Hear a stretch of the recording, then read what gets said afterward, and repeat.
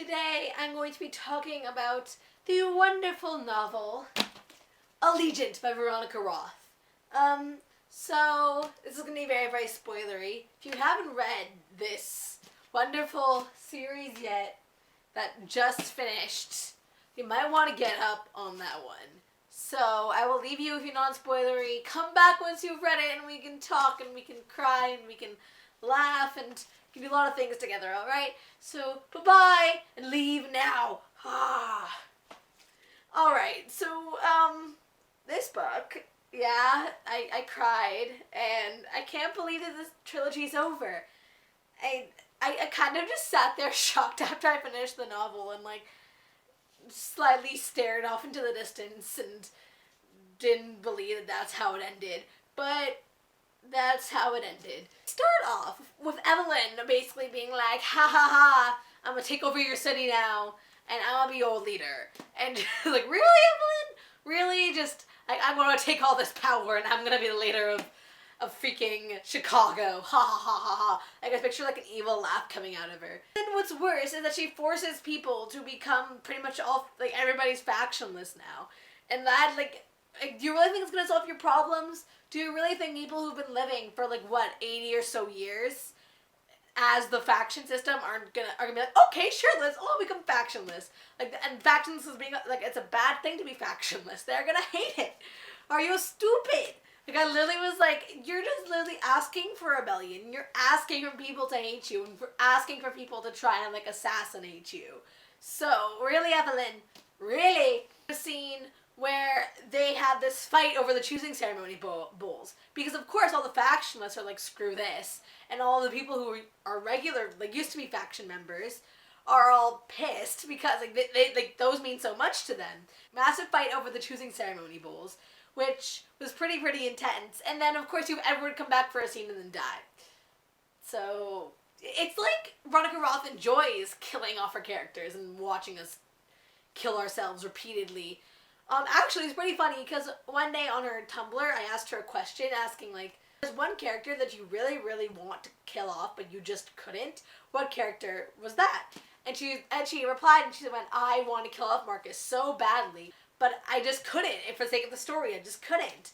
And I went, and so I was waiting for Marcus to die in this book, but he didn't.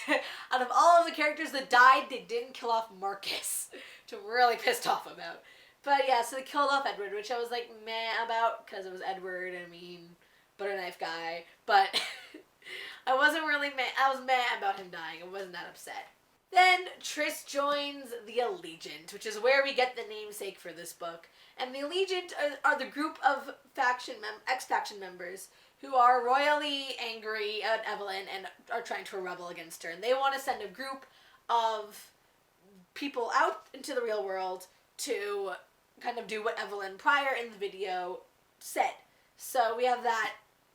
We finally found out the namesake of the book, which I really enjoy because why Allegiant? Why does it not end with an ENT? Tell me, Veronica, why? Then we have this scene where they're in the Allegiant, like on their way to the Allegiant meeting.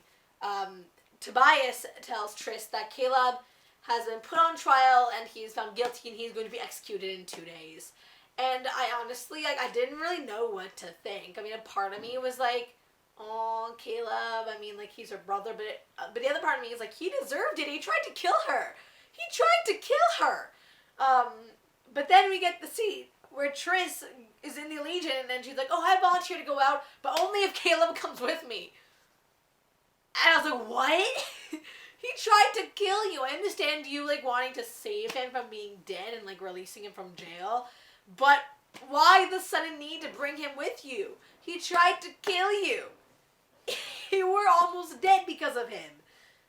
So, But, I mean, Caleb comes with, and I guess he's a really essential part of the story after that. I mean, we all know what happens at the ending. And then we get the scene where they're all they're all trying to escape the borders of Chicago, and of course Evelyn has all her men there trying to ward them off. And then Tori gets killed. Like, really, Veronica, was that necessary? Did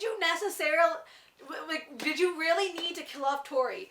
Was there a bad need to do that? Did you, like, why? like, Tori was such an essential character, and she was there for both Tobias and for Tris, and she, like, the story wouldn't be there without Tori. Why?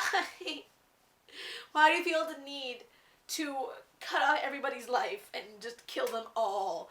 Although I guess it is a rebellion and it is a war, so there has to be deaths, but why so many? Why? Then we finally escape outside of the city, and I was expecting it to be really, like, I was expecting it to be worse than it was. I was ready for, like, a post-apocalyptic, like, close to the Hunger Games kind of situation. It was, like, some Walking Dead shit, like, I don't know, some, like, really, really dead, like, some really, really bad post-apocalyptic. Like, I was ready for it, but it actually wasn't bad. Like, I was really expecting it to be way worse. But it was just, like, an abandoned city. Oh, and these zombie-filled, or, like, some creepy-ass, like, mutant-filled, or, like, something that's not a normal city. And then we find out that Amara is actually alive. If you read Free 4, or if you read one of the 4 short stories, you find out about Amar and how he was Tobias's trainer in Divergent, or in Dauntless, and we discover that he's alive, and Tris immediately jumps to the conclusion that, oh my gosh, my parents must be alive too, like some kind of creepy ass purgatory. I don't know, but I wasn't really surprised. I guess, like, he faked his death, but then. Then I was kind of angry at Tris. I'm like, really? Okay, so your mom got shot in the freaking chest. You really think that she is going to be out here? That really, like, your city is some creepy ass, like, other universe? I don't know. But, like, I mean, obviously, we heard from Tobias that Amara was dead, so obviously he faked his death. I was not surprised about that part. Then they head off to the Bureau of Genetic Welfare, which is the Chicago airport, which is us to discover about this wonderful little cover here of the Chicago airport. And there, guess who shows up? George! No, Tori's brother. And they literally have to tell him that she just died. And it's like, if you stayed alive for this much longer, Tori, you could have been reunited with your brother who's not actually dead. And, like, no, like, why? No. And I felt so bad for George, because, like, your brother, I felt so bad for their family, like, it just, with the fact that Tori thought that he was dead, and she died right before she could find out he was alive, like, why? And then we finally discover the history behind Divergent, and why Chicago was kind of built like that.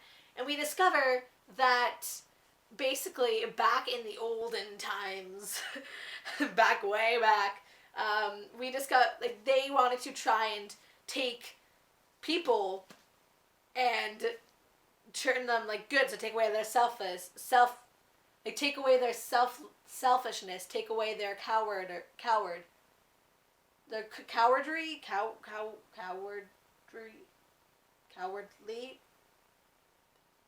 take away their not in stupidity, take away their stupidity and their lying, cheating selves and their violent selves. And but that backfired on them, and these people were cray-cray. So then we have the term genetically damaged and genetically pure, and they built the cities so that they can kind of breed genetically pure people. And through that, we find out that Tris is genetically pure, but Tobias is genetically damaged. And I'm so pissed off at him because he literally got so mad, and he was like, I am nothing in this universe, I'm genetically damaged, I'm no longer perfect. But he's obviously not genetically damaged because he can resist serums and he can resist stuff like the same way Tris does. So something inside of you is not as damaged as everybody else. You're not as, like, just because he, like, it's literally like a stereotypical, like, bullying or, like, labeling, like, oh, you're genetically damaged. But he's, like, not. He is, but he isn't.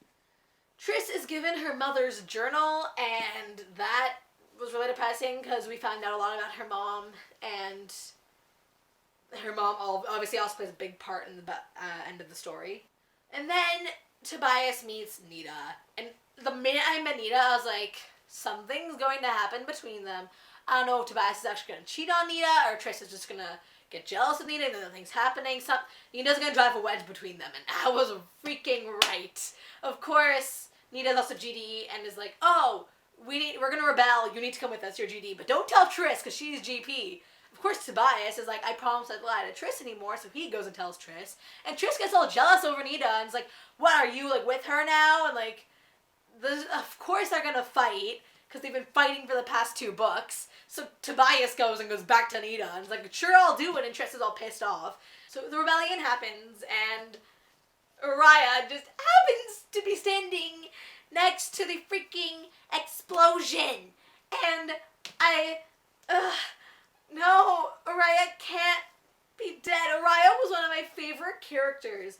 And the fact that I'm putting her in the movie hurt. But the fact that she killed him off hurt more. I loved Araya. Araya was Araya was so essential in Triss's becoming Dauntless and becoming part of the Dauntless faction. And without Araya, like, a lot of the stuff wouldn't have happened. And the zipline scene wouldn't have happened without Araya. And Araya can't be dead.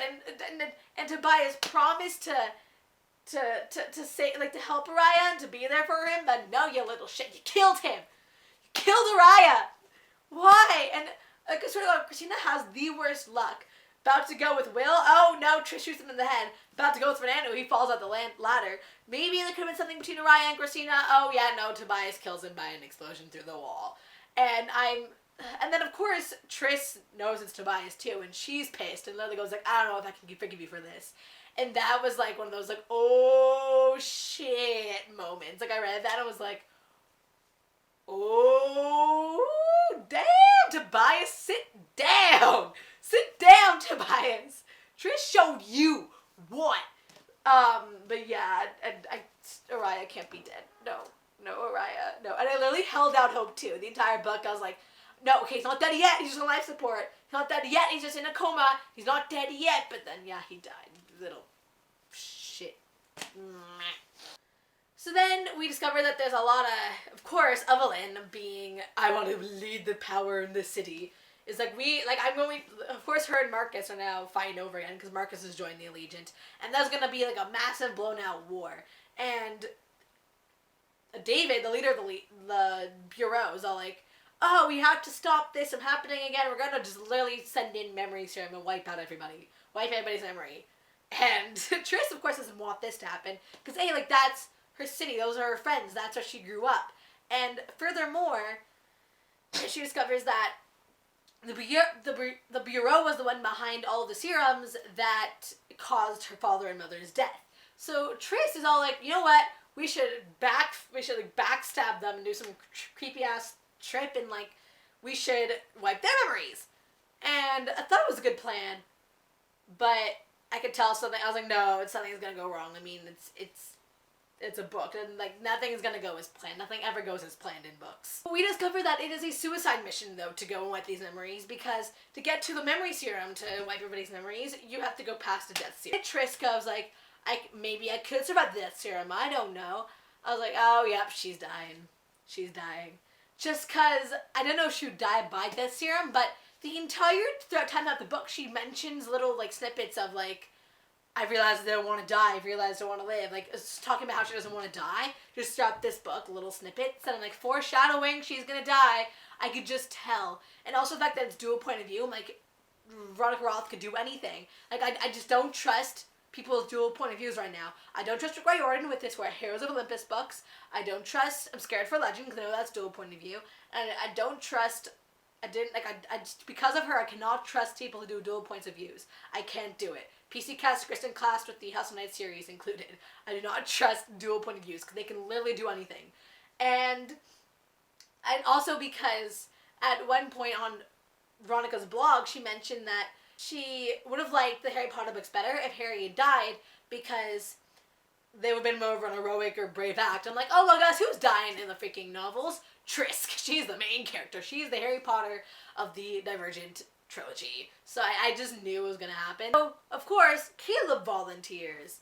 And that's when I know, oh, like, she didn't let him be executed. She's not going to let him die on the suicide mission either. Like, Oh, I could tell. I could just tell. So then we have the Tobias and Christina, Peter, Amar, I think goes out there too, like their little group to go and inoculate everybody inside the city, or people they care about before the memory serum comes in, just in case Triss fails, or Triss and Caleb fail. And also to let Zeke's family know about Araya. So, and I could tell the minute Triss and Tobias had their last, like, sexy moment, like that.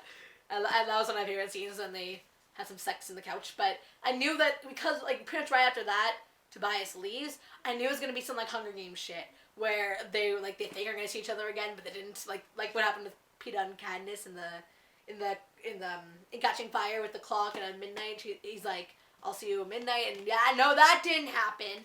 And I knew it. I was like, the minute Tobias is like, says goodbye to Triss, I'm like, they never get to see each other again. They never get to see each other again. It's done. It's over. It's out. No. So then and then we get Tobias, who goes to Evelyn instead, who kind of rears from the group and goes like, I want to, choose, basically gives an ultimatum, like, choose power or me. It's your choice. And Evelyn chooses Tobias, and then I know, like, the minute that happens, I'm like, no, now Tobias has somebody else in his life, they're not going to be alone, this opens the door for Triss to die, I knew it. And then, of course, afterwards he goes out, and Peter's like, I want the memory serum, I want to forget who I am, like, I hate myself. And I was like, suicide, but better. Like, I kind of liked it, because Peter could have committed suicide anytime he wanted. He could have killed himself.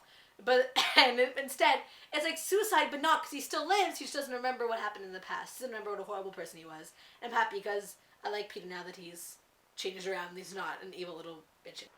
Then we get the Triss sacrificial scene. Bye-bye, Triss.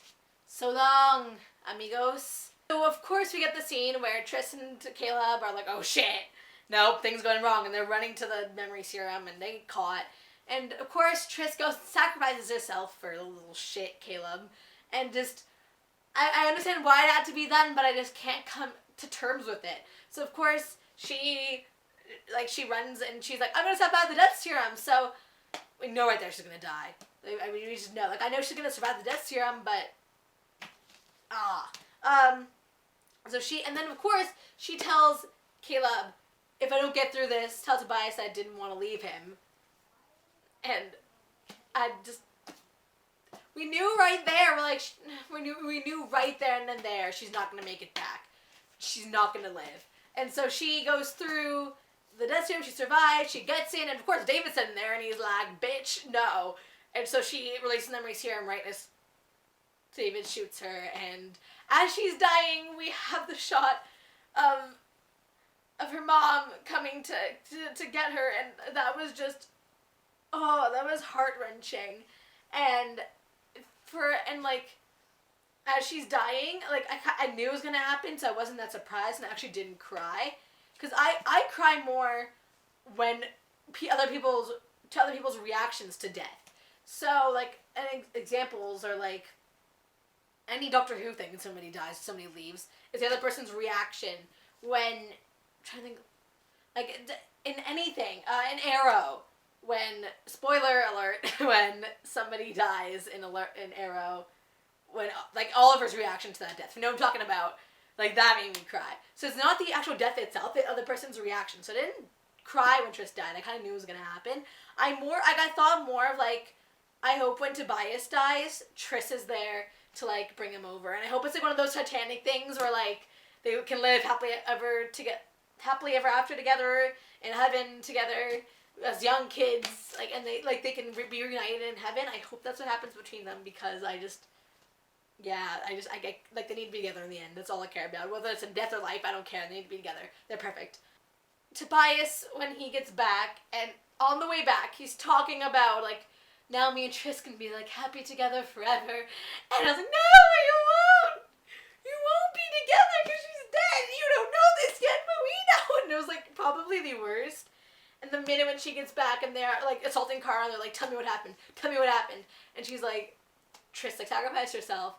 And just Christina, and the entire time, like, I was just tearing up, and my heart was hurting. The fact that he went to go see her in the morgue, and he just, like, crumbled and was like, oh. and then he has the memory shots of like, of like Triss and like and what happened when he first saw her jump off the net and jump into the net and but I don't think I actually like bawled until he goes back to abnegation and he tries to take the memory serum, pretty much killing himself. And that is when I started bawling my eyes out. When Christina came in and was like, don't do it. Like, we have to get through this together. And they were fighting. And he's like, Triss. And she was like, shut up. Shut up. You don't know what you hate. You didn't know her. And she's like, I know enough. I know she wouldn't want you to erase her from your memory. Like, she didn't even matter to you. And then I lunged toward her, pinning her shoulders to the wall, and leaning closer to her face. If you dare suggest that again, I say, you'll what? Christina shoves me back hard. Hurt me? You know, there's a word for big, strong men who attack women, and it's coward. I was bawling. I was, like, it was really bad, like uncontrollable tears. Like, mascara running down my face. And actually, my mom came in, and I was at least swaddled in a blanket. My hair was in a bun. My mascara was running down my face. My glasses were on. They're, like, askew. I was bad. My mom looked in and came in, walked in, and went, like, you're a mess. I was like, I know, I am a mess. It was just really upsetting. And a lot of people have been saying, of course, like, they want to boycott the Divergent movie, and, like, it's a horrible ending because Triss died for nothing. But she didn't, because in the end, like, Chicago became a better city. They had a mixed GD, like, they mixed it with the older, like, they mixed it with other people from outside, and, like, it became just a regular city. And, like, in the end, Triss started the whole revolution. Like, it was, without Triss dying, it wouldn't have been able to happen. And so, I understand why it had to happen. It doesn't mean it's any less depressing, but I understand why it had to happen. And, of course, we had that final shot of Tobias facing his fear and going down off the zip line and scattering Triss's ashes.